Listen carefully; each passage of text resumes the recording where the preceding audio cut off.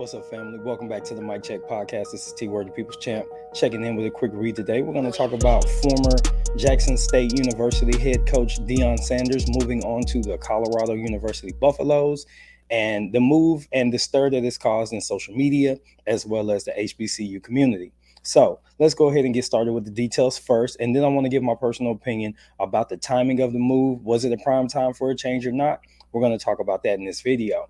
So the details are after 2 years, 3 seasons, because he had 2 seasons in 1 year at Jackson State, Deion Sanders has decided to take a job opportunity at a major university, a FBS school, leaving the FCS ranks and especially the HBCU ranks. If you're not aware, HBCU, historically black colleges and universities. So we're going to say HBCU from here. So the deal is for 5 years, $29.5 million. He's set to make an average of 5.9 million a year, with the first year being $5.5 million. Now, each year he's going to get a $200,000 raise. And up to this point, the highest salary of a Colorado Buffalo coach was Carl Dorrell, and he was paid 3.6 million this year.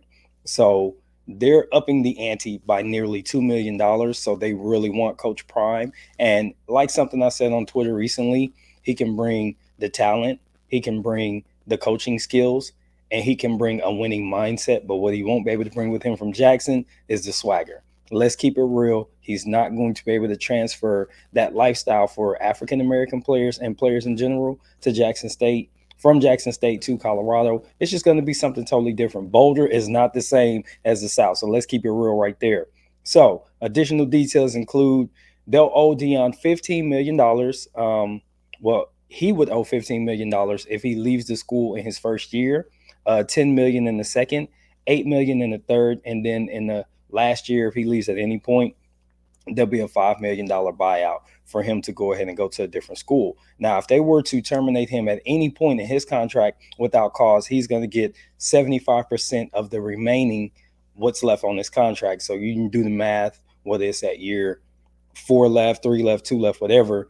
If he was to be gone, 75% of what's left, they're going to have to buy him out. So if another school is interested, they could just sit and wait if he's potentially going to get fired, and he's going to get paid, and they could probably get him at a cheaper salary. So now that the details are out of the way, let's talk about the timing of this move from Jackson State. So from the beginning, everybody knew Coach Prime would not be at Jackson State that long. And that's not to say it in a bad way. All that means is that he was going to use it as a springboard to get to what's considered the next level, which is FBS football. And if he desires, eventually the NFL. I personally feel that he's probably going to be capped at a really good college coach because he develops relationships that you just can't foster in the NFL if you're not Mike Tomlin. He's literally the only coach I could think of who has a relationship with multiple players throughout his tenure versus somebody like a Sean Payton who had a really strong relationship with Drew Brees and maybe one or two other guys. But by and large, most people just see him as coach. Deion Sanders has that Mike Tomlin feel about him, but I just think that the way that he speaks and motivates really is significant when it comes to young men right on the verge. It helped that he had kids their age over there at Jackson State, so it's easy for them to listen because they're like, "Yo, he's like my dad's age, or he's a little older than my dad." So I get that feel. I think he can continue to portray that and convey that feeling at the collegiate level. So I don't know if he's going to the NFL. Now, that's aside from my actual point here today. What we're really talking about is the timing of him leaving Jackson State. So, as I mentioned in the previous video, he's coached there for 3 football seasons now, and he's won 2 SWAC championships during that time. He's gone undefeated in 1 season. He's undefeated in the SWAC in the 2 years where he brought in his own recruiting class. When they did spring football in 2021, he went 4-3 with somebody else's players, and by the end of that spring football season, he had pretty much whittled his roster down to the carryovers that he felt like were in the mindset it had bought in. But he was already looking forward to his players that he was bringing in through recruiting. He even said at one point, "Hey, y'all better get us while you can, because once we get our guys in here, it's over for the rest of the SWAC." And he proved it by going undefeated 2 years in a row, winning the SWAC title 2 years in a row, headed to the Celebration Bowl for the second year in a row. It's hard to overlook his impact at Jackson State from a football coach standpoint. And then when you look at what he's done off the field, I think That's where the saltiness of some of the fans of Jackson State and HBCUs in general comes in. What you have is a dynamic of people who believe that he was there to uplift and elevate HBCUs and SWAC football for the next decade or so, even though he had told you from the beginning that probably wasn't the case. He was already entertaining other opportunities to coach at other schools, but Jackson State was just the right place, right time. There's also a statement that he made about being called by God to coach there, collect, and he had to pay the charges and answer that call, and he did. I feel like he did everything that he could at the school. I believe once he got there, and for a couple of seasons, 3 seasons, he realized the slow pace of getting resources that he needed through boosters and alumni coming back and doing support and getting money through the school, it just wasn't there. And as a coach, you never want to be coaching from a place of a disadvantage. So from that standpoint, I could see where he wanted the opportunity to get access to better facilities and better recruiting tools that can bring in more players and see what he can do. He's also bringing a significant portion of his staff with him. So what that means for the players is that you're going to get elite level coaching like you did at Jackson State, and the guys at Colorado are going to see something different, which can probably elevate them because let's be honest, they hadn't been very good at sports in the last few years. So it's probably good that somebody's coming in with a different mindset, a winner's mindset. Now back to the off the field.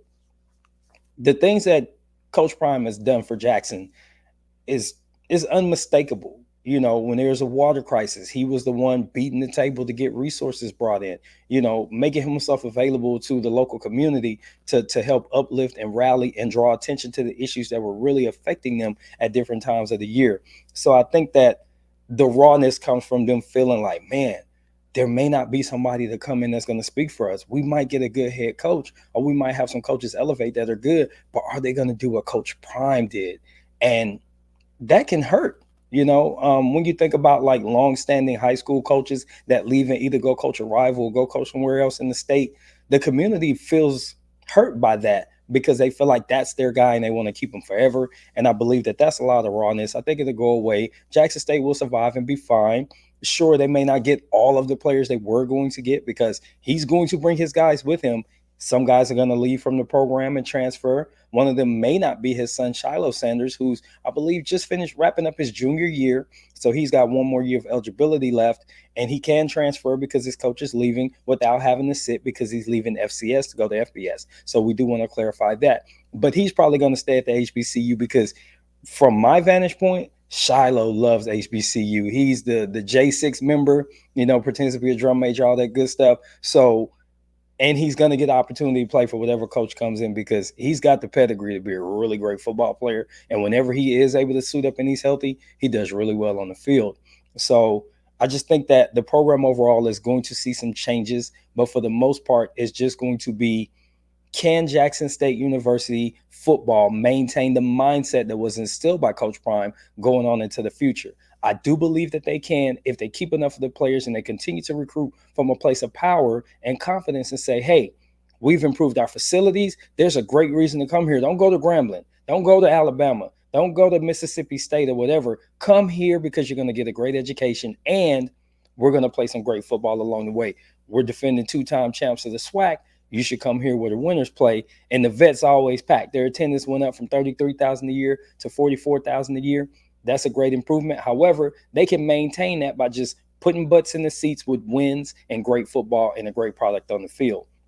So to the community of Jackson, I just say, hey, man, hold y'all heads. Everything's going to be okay.